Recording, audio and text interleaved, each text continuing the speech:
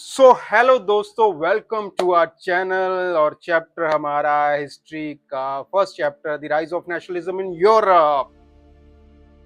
कहानी चल रही ना, आगे बढ़ रही है अच्छी तरह से।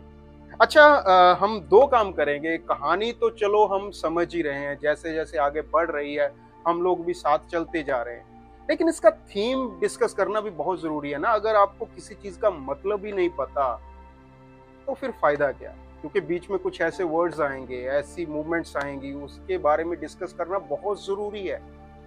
तो चलिए, आज का जो हमारा टॉपिक है, रोमांटिसिज्म। हाँ, मन में लड्डू फूटा, रोमांटिसिज्म। ये वर्ड ही ऐसा है, लेकिन ऐसा कुछ भी नहीं है। रोमांटिसिज्म का मतलब ओनली अटैचमेंट नहीं है, एक ऑपोजिट जेंडर से एक अटैचमेंट है। हालांकि रोमांटिसिज्म का मतलब सेम ही रहता है, फीलिंग्स, भावना। लेकिन भावना किसके प्रति? अब रोमांटिसिज्म एक आइडियोलॉजी ऐसी है जो प्यार में विश्वास रखती है, लेकिन प्यार किससे हो? जरूरी नहीं है कि किसी पर्सन से प्यार हो। प्यार अपने देश के प्रति प्यार। और प्यार कैसे होगा? हम जब किसी को प्यार करते हैं तो किसी के लिए गुनगुनाते हैं, कोई गाना गाते हैं, किसी को कुछ करके दिखाते हैं, कोई आर्ट दिखाते हैं। तो यही रोमांटिसिज्म हमने नेशनल मूवमेंट जितनी हुई उसके बारे में हम पढ़ेंगे कि जो भी यूरोप में रेवोल्यूशन हुआ, यूरोप की क्रांति आई, या यूरोप में जो नेशनलिज्म या नेशंस बने, तो उसमें रोमांटिसिज्म का बहुत बड़ा पार्ट था। अब नेशन बनने में, आजादी मिलने में जरूरी नहीं है कि हथियारों का प्रयोग किया जाए, टेरिटरीज को एक्सप्लोर किया जाए, ये जरूरी नहीं होता। आप आर्ट फॉर्म में भी इस चीज का, आपने किसी के आगे बगावत खड़ी करनी है तो आप किसी भी फॉर्म में कर सकते हो। आपको अगर कोई कह दे कि आप गाना नहीं गाओगे, आप अपनी भाषा को यूज नहीं करोगे, यहाँ पर आप इंग्लिश बोलोगे या आप यूरोपियन बोलोगे, आजकल ज्यादातर सीबीएसई के स्कूल ऐसे ही करते हैं कि इंग्लिश इज कंपलसरी, लेकिन अगर आप अपनी रीजनल लैंग्वेज में बात करते हो तो ये एक बहुत बड़ी बगावत रहती है। आप दिखाना चाहते हो कि वी लव आवर लैंग्वेज, ठीक है ना। तो अगर आपको कहा जाता है कि यहाँ पर आर्ट नहीं करना, यहाँ पर अलाउड नहीं है, तो आप वहां पर अपनी आर्टिस्टिक फॉर्म दिखाते हो।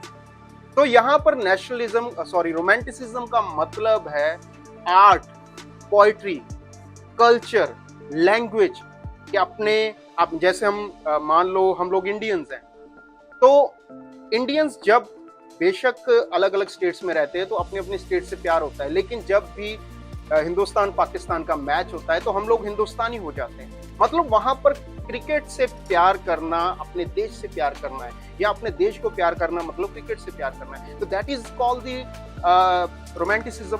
वहां पर आप कोई हथियार लेकर लड़ते तो नहीं हो। तो this is the romanticism. Romanticism मतलब अगर आप देशभक्ति का गाना गाते हो, जैसे सुजलाम सुफलाम मयललि शीतलाम सत्य श्यामला मातरम वंदे मातरम, वंदे मातरम जब भी गुनगुनाते थे तो देशभक्ति अंदर से निकलती थी, एकजुट हो जाते थे लड़ने के लिए कि हम लोग गाना गाते हुए देशभक्ति। आज भी जब नेशनल एंथम होता है तो हम खड़े हो जाते हैं मूवमेंट में। हम जब तिरंगा हमारे सामने होता है तो हम सल्यूट करते हैं। तो ये क्या है? यही तो रोमांटिसिज्म होता है। अपने देश के प्रति प्यार करने, अपने कल्चर को प्यार करने के लिए उसकी आर्ट फॉर्म को अडॉप्ट करना, लैंग्वेज से प्यार करना। तो ये है रोमांटिसिज्म असल में। पोइट्री, कविता, नाटक। रशियन रेवोल्यूशन आपने 9th में पढ़ा, तो वो क्या था? वो भी तो वही था। उसमें अलग अलग नाटक होते थे, कॉर्पोरेट्स के अगेंस्ट, राजा के अगेंस्ट। कविताएं गाई जाती थी, गीत गुनगुनाए जाते थे।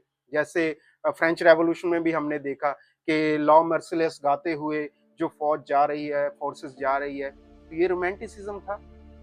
तो इस प्रकार से भी लड़ाई लड़ी जाती है, दैट इज दी रोमांटिसिज्म। तो दोस्तों, हमारा टॉपिक है romantic imagination and feeling of nation. जी हाँ, आज का जो हमारा ये टॉपिक रहेगा। देखो, जो रोमांटिसिज्म है ना, ये एक आइडियोलॉजी है। रोमांटिसिज्म में विश्वास रखने वाले जो थे उनका तो ये भी मानना था कि जो बदलाव आएगा ना, जो क्रांति होगी, वो साइंस या रीजन से नहीं होगी, वो आर्ट एंड कल्चर से होगी। क्योंकि जितना हम लोग किसी सॉफ्ट स्किल पे काम करेंगे, किसी की फीलिंग्स को बाहर निकालने की कोशिश करेंगे, तो वो इसी से पॉसिबल हो सकता है। अब जनरली मैं आपके सामने कोई एक चैप्टर पढ़ा रहा हूँ, तो आपको उतना समझ नहीं आएगा, मैं यकीन के साथ कह सकता हूँ। लेकिन अगर आप rise of nationalism in Europe को एक प्ले फॉर्म में, एक ड्रामा फॉर्म में देखेंगे, तो आपको ईजिली हर एक जो चीज है वो समझ आएगी। तो जो आर्ट है उसमें इतनी ताकत होती है। तो यहाँ पर हम बात करते हैं एक इन भाई साहब की, जिनका नाम है जॉन गॉटफ्राइड हर्डर। अब ये कौन थे? ये एक फिलोसोफर थे, पोएट थे, एक रेवोल्यूशनरी थे। तो कहाँ के थे? जर्मन के। तो इन्होंने जिस चीज पे फोकस किया वो था दास वॉक। अब दास वॉक एक जर्मन वर्ड है। दास का मतलब होता है लोग, और वॉक का मतलब आई थिंक होता है भावना, या कुछ ऐसे करके आई थिंक, या कुछ और भी हो सकता है, वो हम सर्च कर लेंगे।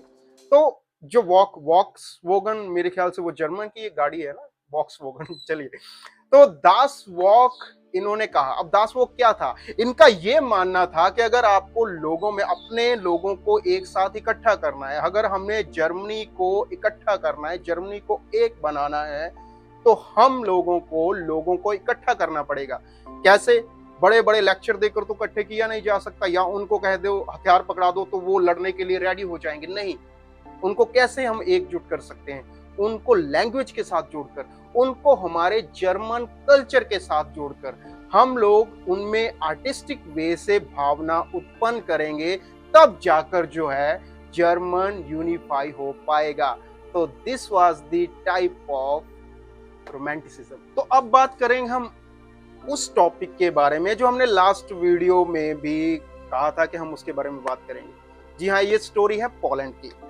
अब पोलैंड क्या है? 18 सेंचुरी के मिडल तक जो था वो पोलैंड एक रोटी की तरह था। मतलब एक रोटी जिसको अलग अलग हिस्सों से डिवाइड किया जा चुका था। मतलब ये भी, ये रहा, ये अलग अलग एम्पायर जो थे, जैसे रशिया है, प्रूशिया है, या मतलब ऑस्ट्रिया है। तो इन एम्पायर्स में बटा हुआ था पोलैंड। पोलैंड की अपनी कोई आइडेंटिटी नहीं थी, लेकिन लोग सेम थे, कल्चर उनका सेम था, उनकी लैंग्वेज सेम रहती थी। तो ये बड़ी दिक्कत थी 18 सेंचुरी के मिडल तक। पोलैंड की प्रॉब्लम बहुत बड़ी थी। पोलैंड मतलब अब क्या कह सकते हैं कि अपना एक वजूद खो देना, मतलब वो हो चुका था। लेकिन फिर पोलैंड ने अपने आप को गठित किया। अब गठित कैसे किया? जो रेवोल्यूशनरीज काम कर रहे थे वो तो अलग कर रहे थे, लेकिन पोलैंड के लोगों ने काम किया, उन्होंने रोमांटिसिज्म को अडॉप्ट किया। रोमांटिसिज्म अब कैसे अडॉप्ट किया? कि जबरदस्ती जो थी वो रशियन एम्पायर को, जैसे रशियन एम्पायर के पास बड़ा हिस्सा था, तो रशियन जो लोग थे, रशियन मतलब डोमिनेट कर रहे थे पोलैंड पे, तो उन्होंने उन पे लागू कर दी थी अपनी भाषा रशियन, कि आप लोग रशियन ही बोलोगे। लेकिन इसकी शुरुआत होती है स्कूल से। अब स्कूलों में जितने भी टीचर्स थे, जितने स्टूडेंट्स थे, उन्होंने रेवोल्यूशन खड़ा कर दिया। अब कहा, इसके क्या कहा जा सकता है? इसको अब लैंग्वेज रेवोल्यूशन कहा जाए तो ये भी गलत नहीं होगा। उन्होंने रशियन भाषा को के अगेंस्ट खड़े होकर पॉलिश लैंग्वेज बोलना शुरू कर दिया, अपनी जो क्षेत्रीय भाषा है, जो रीजनल लैंग्वेज है।